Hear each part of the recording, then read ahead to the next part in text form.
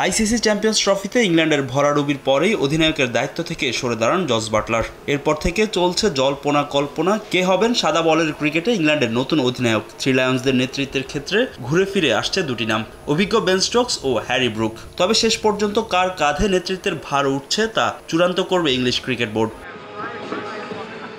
তবে ইসিবির cricket director রব কি এরই মধ্যে পরবর্তী অধিনায়ক হিসেবে বেন স্টোকসকে বিবেচনায় রেখেছেন। তার মতে স্টোকসকে অধিনায়ক না করাটাই হবে মূর্খতা। ৩৩ বছর বয়সী এই অলরাউন্ডার ২০২২ সাল থেকে দায়িত্ব পালন করছেন ইংল্যান্ডের লাল বলের অধিনায়ক হিসেবে। তবে ২০২৩ ওয়ানডে বিশ্বকাপের পর আর সীমিত পরিসরের ক্রিকেটে জাতীয় দলের হয়ে খেলেননি স্টোকস, যার জন্য অনেকেই মনে করেন হ্যারি ব্রুককেই দায়িত্ব দেওয়া উচিত।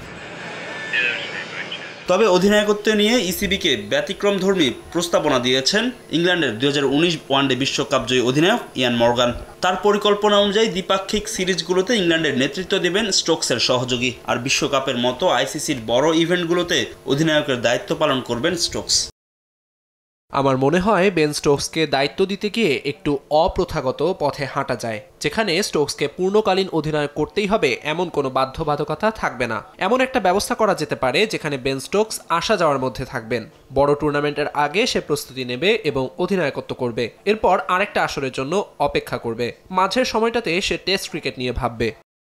স্টোকসের সহযোগী হিসেবে হ্যারি ব্রুককে বিবেচনায় রেখেছেন মর্গান। বাটলারের অনুপস্থিতিতে অস্ট্রেলিয়ার বিপক্ষে ব্রুকের অধিনায়কত্বে মুগ্ধ হয়েছেন ২০১৯ বিশ্বকাপ জয়ী অধিনায়ক।